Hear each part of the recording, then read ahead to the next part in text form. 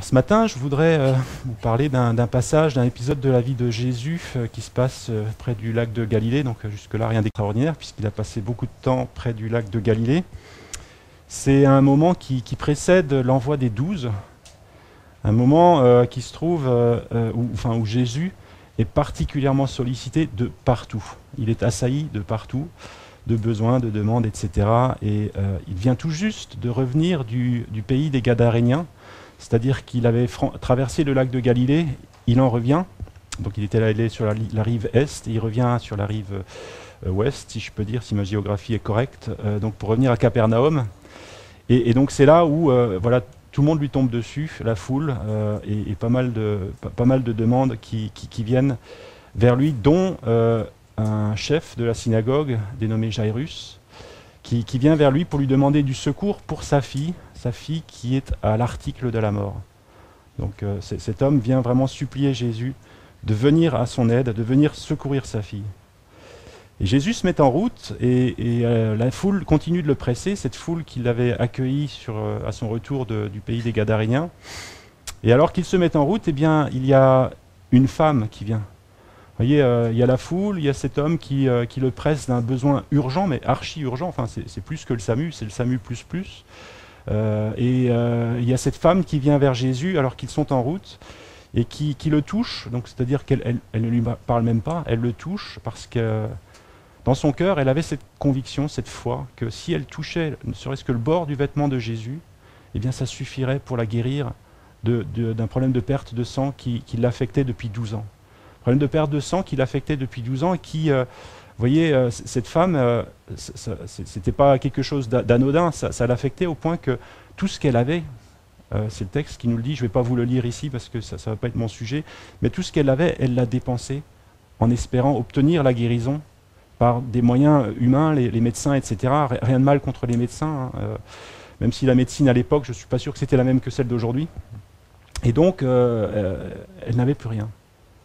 Mais elle avait dans son cœur cette certitude que si elle touchait le bord du vêtement de Jésus, eh bien, ça suffirait pour qu'elle soit guérie. C'est la foi en action, cette femme.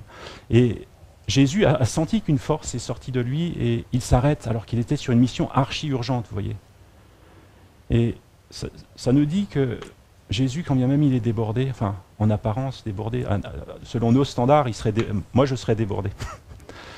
mais Jésus ne l'était pas et il a su prendre le temps et mettre les priorités au bon endroit, même à cet instant précis, pour passer le temps qu'il fallait avec cette femme. Et cette femme, elle est repartie non seulement guérie, mais elle est repartie affermie dans qui elle était, parce qu'il lui dit, mais va, fille d'Abraham, ta foi t'a sauvée. Et bien sûr, Jairus, qui était à côté, a dû voir les choses un peu différemment, mais Jésus n'est jamais trop occupé pour s'occuper d'une âme.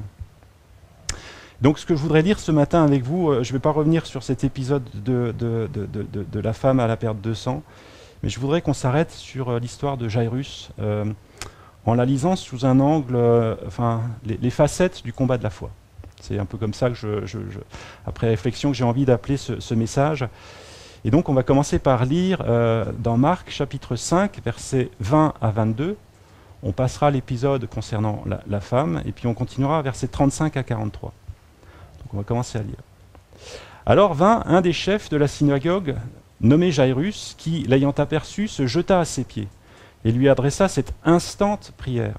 « Ma petite fille est à l'extrémité. Viens, impose-lui les mains, afin qu'elle soit sauvée et qu'elle vive. » Et Jésus s'en alla avec lui, et une grande foule le suivait et le pressait. Poursuit verset 35. Comme il parlait encore, donc il parlait encore à cette femme, survinrent chez le chef de la synagogue des gens qui dirent « Ta fille est morte. Pourquoi importuner davantage le maître ?»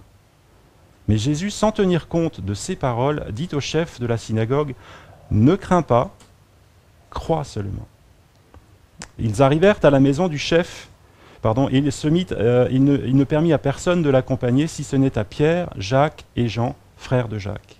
Ils arrivèrent à la maison du chef de la synagogue où Jésus vit une foule bruyante et des gens qui pleuraient et poussaient de grands cris. Il entra et leur dit « Pourquoi faites-vous du bruit et pourquoi pleurez-vous ? L'enfant n'est pas morte, mais elle dort. Et il se moquait de lui. Alors, ayant fait sortir tout le monde, il prit avec lui le père et la mère de l'enfant et ceux qui l'avaient accompagné, et il entra là où était l'enfant. Il la saisit par la main et lui dit « Talitha Kumi », ce qui signifie « Jeune fille, lève-toi, je te le dis ». Aussitôt la jeune fille se leva et se mit à marcher, car elle avait 12 ans, et ils furent dans un grand étonnement.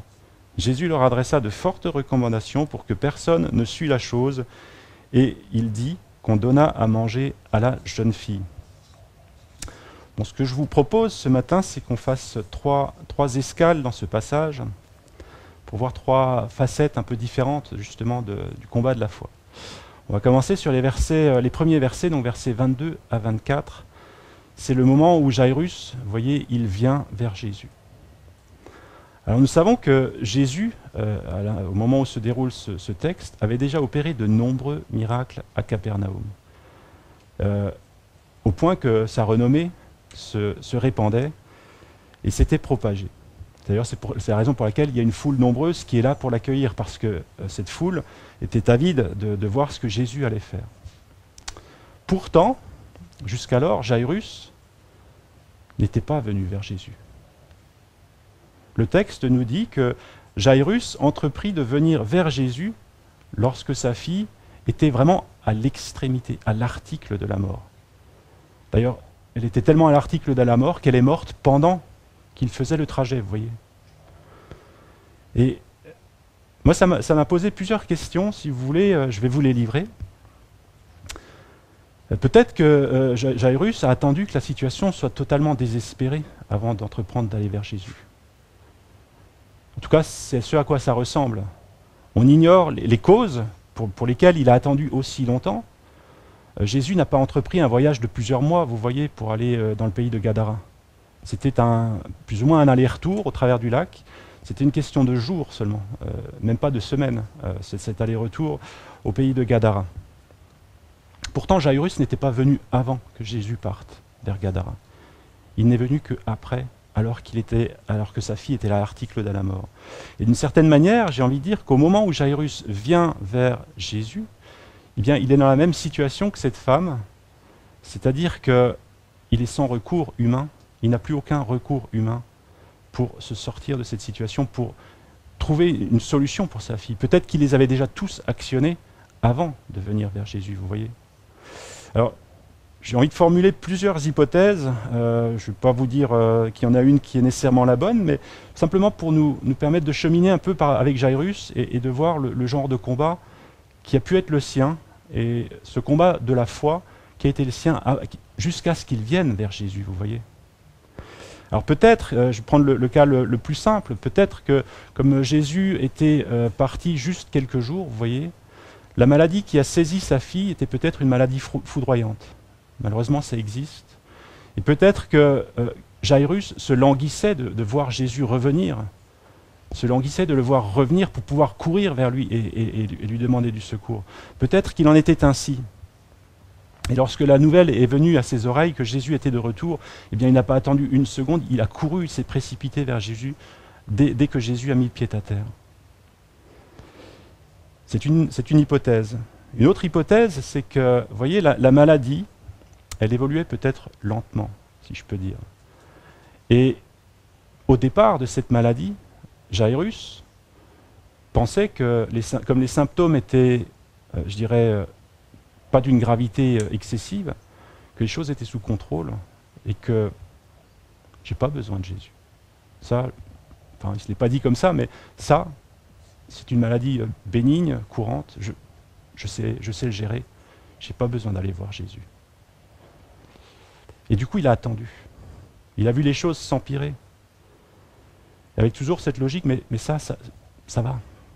Jusqu'au point où, vous voyez, les choses sont devenues graves, au point qu'il a dû être pris de panique, et se dire, mais c'est pas possible, on ne va pas s'en sortir, j'ai besoin d'aide.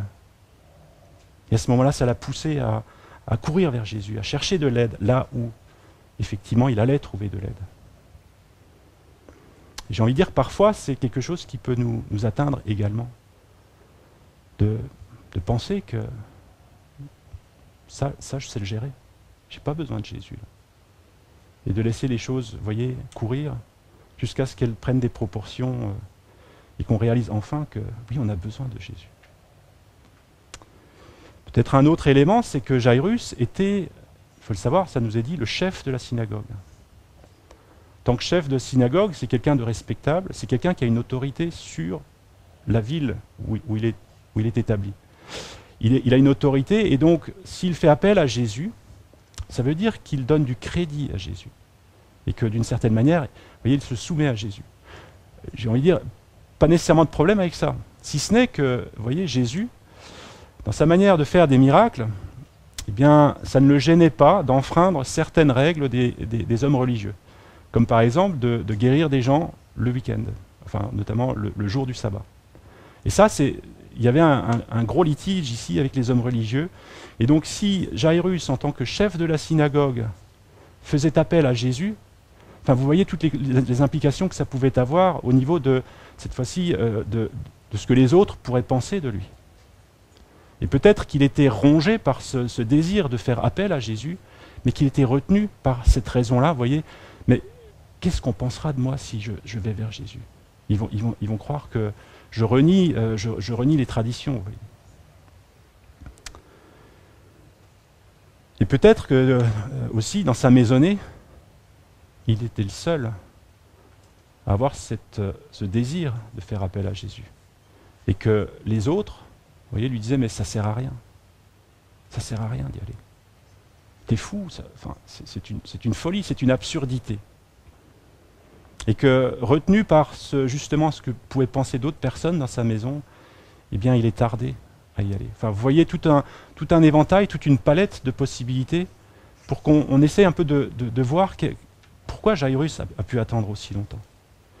Parce que finalement, la manière de laquelle il vient vers Jésus, c'est, je dirais, il y a vraiment une foi qui l'anime à ce moment-là. Si vous regardez,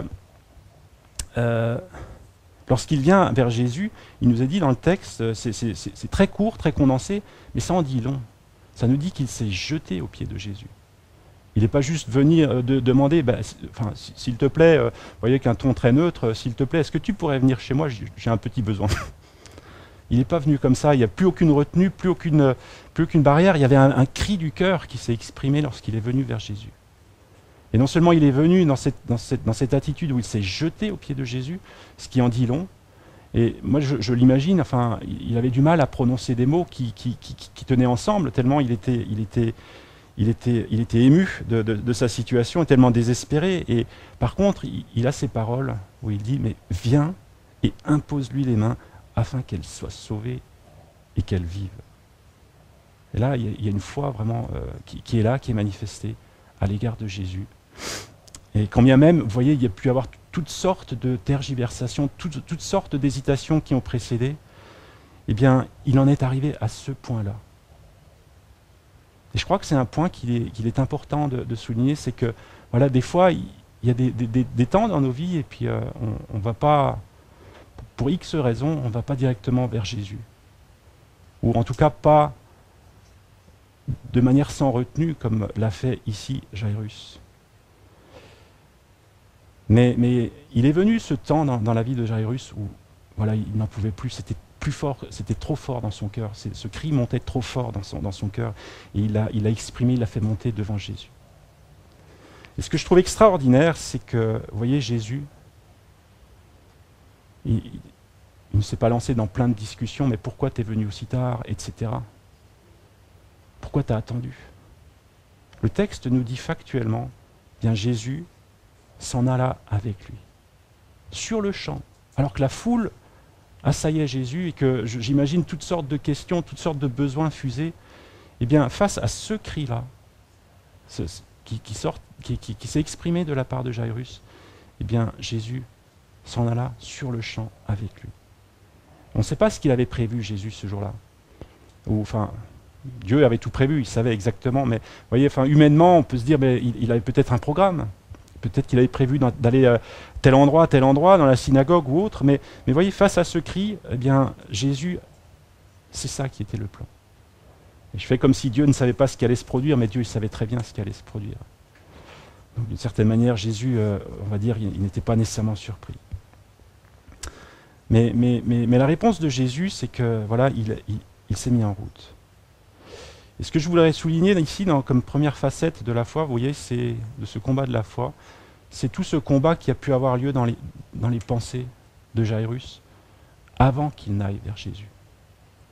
Avant qu'il ne reconnaisse vraiment que Jésus était la solution. Et qu'il ne court vers lui, et qu'il ne cherche du secours profondément vers Jésus. Et ce qui est extraordinaire, c'est que Jésus, eh bien, il donne accès à sa demande, et sur le champ. Alors imaginez quel réconfort pour cet homme de savoir que, à présent, il n'est plus seul, et que Jésus marche à ses côtés. Il est venu seul, en quittant sa maison, en laissant sa fille derrière lui, en ne sachant pas s'il allait la revoir vivante. Mais là, maintenant, il est accompagné de Jésus sur son chemin du retour. Imaginez la différence dans son cœur. Alors, ce que je voudrais souligner ici aussi, c'est que Jésus n'est jamais trop occupé. Je l'ai déjà dit, j'insiste. Nous ne sommes jamais trop peu importants à ses yeux pour qu'il s'occupe de nous. Il est trop préoccupé de nos vies pour nous laisser sur le chemin. Et sur le champ, il se mettra en route avec nous dans notre détresse. Donc vous voyez, Jairus a remporté une première étape dans ce combat où il est allé vers Jésus. Maintenant, nous sommes en chemin. Et on va passer à une deuxième facette du combat. C'est sur le chemin. On va cette fois-ci regarder les versets 35 et 36. Jairus fait chemin avec Jésus. Ça va K1, K, puisque la foule continue de presser Jésus, donc ce qui ralentit tout le monde. Jairus, évidemment, il a conscience de cette urgence. Il sait dans quel état il a laissé sa fille. Je l'imagine qu'il marche d'un pas rapide et puis qu'il régulièrement se retourne pour voir, enfin Jésus, tu es toujours là. Et puis alors, survint cette femme.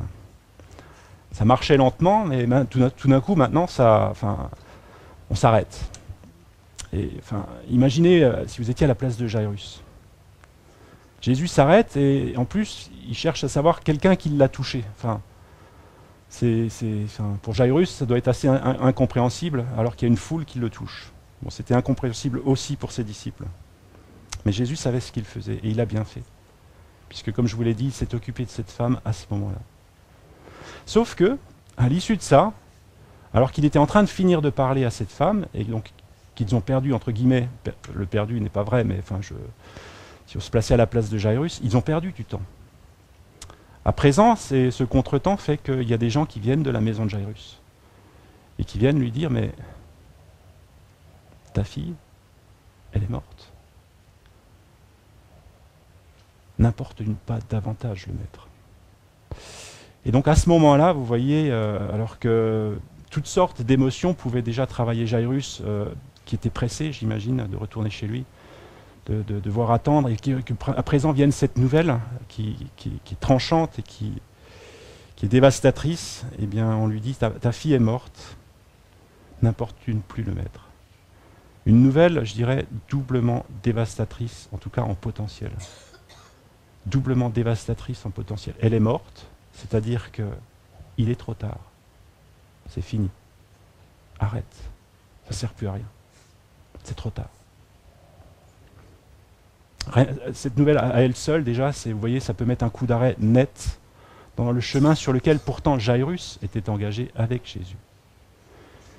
Et une deuxième qui est un peu perfide, c'est n'importune plus le maître. Importuner, ça veut dire, ce que tu fais là, ça ennuie Jésus.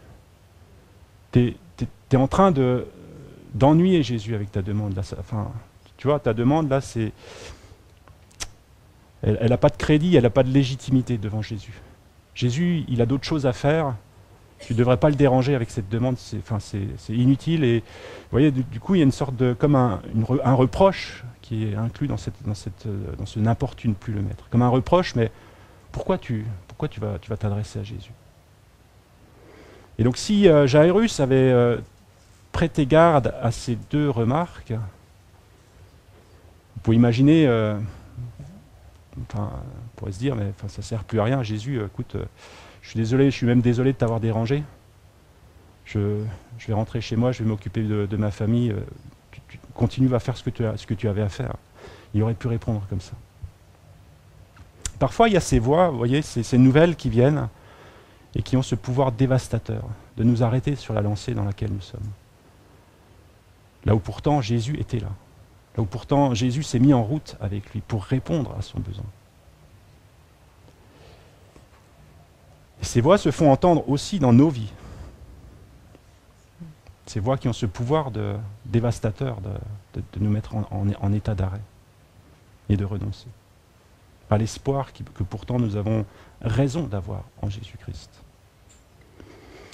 Mais vous voyez, en même temps qu'il y a ces voix, Jésus parle aussi. Et ça, c'est la bonne nouvelle. Cette nouvelle a été donnée avec ce pouvoir que je vous ai dit dévastateur. Mais Jésus, il nous a dit au verset 36 qu'il ne tint aucun compte de ces paroles. À ses yeux, elles n'avaient aucun crédit. Il n'a pas répondu à ces voix. Il n'a même pas répondu. Il s'est simplement tourné vers Jairus. Et la parole qu'il a eue pour Jairus, c'est « Ne crains point, crois seulement ». Ça, c'est la parole de Jésus face à ces voix. Et du coup, on mesure ici l'ampleur du combat. C'est qu'il y a deux voix qui disent totalement l'inverse. Et Jairus, il est en sandwich entre les deux. Il y a un choix à faire. Le texte, de par l'attitude de Jairus, nous laisse comprendre que, ça ne décrit pas ses émotions, mais en tout cas, ça nous décrit le choix qu'il a fait. Et les émotions, je vous laisse essayer de les imaginer. Si vous étiez à sa place, on serait probablement dans tous nos états, et c'est les montagnes russes des émotions. Mais Jairus, il a choisi d'écouter la voix de Jésus. Ça ne veut pas dire que ça le laissait indifférent, les autres voix. Il n'était pas au même niveau que Jésus dans sa foi. Jésus, il nous est dit, mais lui, il n'a tenu aucun compte de ces voix. Aucun compte. Et d'une certaine manière, j'ai envie de dire, c'est la réaction qu'il nous faut avoir aussi lorsque viennent ces voix qui sont contraires à ce que dit l'Esprit. La même réaction que Jésus. Mais en tout cas, Jairus, le message que Jésus avait pour lui à cet instant, parce que Jésus parle aussi dans ces moments-là. Il n'y a pas que ces voix adverses, il y a aussi Jésus qui nous parle et qui nous dit « Ne crains point, crois seulement », qui le remet sur le socle de la foi, de la confiance. Et je tiens à préciser que jusqu'à présent, Jésus n'a rien dit de ce qu'il allait faire à Jairus. Tout ce qui était engagé jusqu'à présent ne se faisait que sur la base de la confiance. Jésus ne lui a pas dit « on va rentrer chez toi, on va faire ceci, cela ». La seule chose que Jésus ait faite, c'est qu'il s'est mis en route avec Jairus. Et ça, c'était suffisant. Et du coup, la confiance, vous voyez, cette relation de confiance, elle est au cœur ici. C'est que Jairus, la seule chose qu'il pouvait faire, c'était de faire confiance à Jésus. Parce qu'il reconnaissait qui était Jésus, et Jésus l'avait déjà démontré qui il était. Et donc, lorsqu'on est confronté à la voix de Jésus et aux voix adverses, nous sommes devant un choix. Et le choix que nous faisons de la voix que nous écoutons et à laquelle nous donnons du crédit est primordial, et j'ai envie de dire, il est vital à ce moment-là.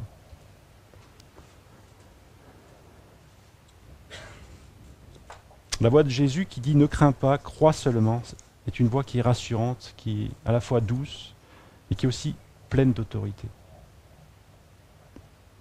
Et si nous l'écoutons, ça permet à nos cœurs de retrouver à ce moment-là, au cœur de cette tempête émotionnelle qui devait faire rage dans le cœur de Jairus, de retrouver un appui sûr. Et Jairus a choisi d'écouter Jésus. Et du coup, la marche continue. Et la troisième étape sur laquelle je voudrais qu'on s'arrête, c'est cette fois-ci, on arrive chez Jairus. On y voit une foule qui est bruyante, des gens qui pleuraient. À l'époque, il était de coutume qu'on fasse appel aux pleureuses pour des événements aussi tragiques. Donc le fait que l'on pleurait déjà, ça veut dire que, si vous voulez, tout était prêt. Il n'y avait pas d'exutoire possible. Les gens s'attendaient à la mort de cette fille. Et on avait déjà alerté les pleureuses pour qu'elles soient présentes au moment où cette fille mourrait, vous voyez. Donc l'état d'esprit qui était dans la maison chez Jairus, c'est fini. Il n'y a plus d'espoir. Et on s'était préparé pour cela. On avait tout mis en place pour justement dans cette optique-là. Et là, Jésus arrive. Jésus arrive et il est un peu comme... c'est plus qu'un cheveu dans la soupe, enfin, parce que c'est un clash, une confrontation d'état d'esprit, vous voyez. C'est un clash gigantesque qui a lieu dès l'arrivée de Jésus, lorsque, par cette phrase simple, il dit « Mais pourquoi faites-vous du bruit? Pourquoi pleurez-vous » Jésus le savait très bien, mais c'est cette confrontation d'état d'esprit. L'enfant n'est pas morte, elle dort simplement. C'est l'affirmation de Jésus qui savait exactement ce qu'il en était. Et lorsqu'il dit qu'elle dort, il avait conscience que, de l'état physique, ce n'était pas une image, vous voyez. Et la réaction de la foule, qui traduit justement ce clash, c'est la foule s'est moquée de lui. La foule n'a pas accueilli la parole de Jésus. Alors, ce que je voudrais dire, avant d'aller un petit peu de creuser un peu plus cet aspect-là, c'est que l'état d'esprit qui régnait dans cette maison où tout était déjà préparé et d'avance pour se préparer à la mort, c'est-à-dire plus d'espérance, et puis on avait tout préparé, et où Jairus a choisi malgré tout, malgré cet état d'esprit-là, de se rendre vers Jésus. Ça nous en dit aussi quelque chose sur la foi de Jairus, un état d'esprit différent, vous voyez. Il n'était pas en train d'accompagner, tiens, on va appeler telle pleureuse. Lui, il n'était pas résigné, parce qu'il a dit, mais je n'ai pas encore fait appel à Jésus, je veux faire appel à Jésus. Et il nous faut veiller, nous aussi, que l'état d'esprit de ce monde, puisque ici, cette foule, j'ai envie de dire que c'est un peu l'image du monde, n'est pas raison de notre espérance et de notre foi en Jésus, parce que cet état d'esprit aurait pu gagner sur Jairus. Et Jairus ne serait jamais allé voir Jésus. Mais Jairus, vous voyez, il y avait quelque chose qui le poussait. Il avait cette étincelle encore qui était là et qui lui faisait avoir cette espérance en Jésus. Et donc, il nous faut veiller que l'état d'esprit de ce monde n'ait pas raison de notre espérance et de notre foi en Jésus. Et maintenant, pour ce qui concerne cette confrontation d'état d'esprit, il y a un réel décalage entre l'état d'esprit de Jésus qui vient et qui dit « mais elle n'est pas morte, elle dort simplement », et cette foule qui pleure parce que, oui, la foule était attristée de la mort. Est-ce que la foule aurait aimé que cette fille vive? J'ai aucun doute que la réponse est oui. Est-ce que la foule croyait que cela était possible à Jésus? La réponse est clairement non, sinon il ne se serait pas moqué. Et j'ai envie d'ajouter cette question supplémentaire, est-ce que la foule savait qui est Jésus? Et j'ai envie de répondre que la réponse est non, sinon il ne se serait pas moqué de lui. Et voyez, l'enjeu ici, c'est que cette foule, elle n'a pas su reconnaître qui était Jésus dans cette situation, quand bien même ce que Jésus était venu offrir correspondait au désir le plus profond que cette foule pouvait avoir. Il n'y avait pas de désir plus grand qu'ils auraient pu avoir à cet instant précis. Mais leur état d'esprit leur a fait, vous voyez, fermer complètement leur cœur à cette parole qui pourtant avait un pouvoir de susciter une espérance incroyable dans leur vie. Une espérance incroyable. Non pas, évidemment, il ne faut pas écouter n'importe qui. Il faut l'écouter que si ça vient de Jésus, on est d'accord. Mais là, c'était Jésus. Et Jésus, il avait déjà fait des signes et des miracles. Ils avaient probablement des éléments à leur disposition pour savoir, oui, attention, c'est cet homme qui produit des miracles, celui dont on dit qu'il est le prophète. Est-ce que c'est celui dont on dit même qu'il serait peut-être le prophète que Moïse avait annoncé? Il y a ces rumeurs qui couraient, qui suscitaient la foi, mais là, la foule, tellement, je dirais, aveuglée par son incrédulité et le fait qu'elle croyait que c'était fini, ils ont rejeté, mais violemment, les paroles de Jésus. J'ai envie de dire qu'aujourd'hui, la situation dans ce monde est un peu similaire. Ce monde est en proie à tant de souffrances, tant de détresse. Des situations tellement désespérées pour lesquelles Jésus serait la solution. Mais lorsque le monde entend l'évangile c'est une bonne nouvelle. De la même manière que ici Jésus qui dit mais elle n'est pas morte, elle dort simplement, c'est une bonne nouvelle. Et l'évangile c'est ce message qui dit mais on peut être sauvé, on peut avoir un accès à Dieu, on peut avoir la vie éternelle en Jésus-Christ, une vie éternelle à ses côtés, à condition de reconnaître notre péché bien sûr, et de demander pardon pour nos fautes. C'est une bonne nouvelle, mais le monde, vous voyez, il se ferme hermétiquement. Et la réaction, c'est la moquerie, le mépris. Bien souvent, pas toujours heureusement, mais bien souvent c'est la première réaction, alors que de la même manière que le besoin le plus profond qu'il y avait dans le cœur de cette foule, c'était de savoir que cette fille pourrait revivre. Mais ils ont écarté tout cela, en résistant complètement aux paroles de Jésus, en n'accueillant absolument pas les paroles de Jésus. Alors tout aurait pu s'arrêter ici, mais je dirais heureusement, Jésus est venu non pas à cause de cette foule, quand bien même indirectement quand même oui, parce qu'à la fin cette foule a dû reconnaître, mais oui il avait raison, cette foule a été confondue. Mais au départ Jésus est venu parce que Jairus l'y avait invité. Et la bonne nouvelle c'est que à partir du moment où nous avons invité Jésus à venir dans nos situations, eh bien, ce n'est pas le bruit de cette foule qui va l'arrêter. De la même manière que ce n'est pas le bruit de cette foule qui était hostile qui l'a arrêté. Mais Jésus, avec l'accord de Jairus, a fait sortir toutes ces personnes de la maison. Et toutes ces voix qui s'opposaient, qui étaient moqueuses, qui étaient rebelles à son plan, eh bien, ont dû sortir de cette maison, jusqu'à ce qu'il ne se retrouve plus que lui, les parents, ses 3 disciples, avec la petite fille, ce petit comité. Vous voyez.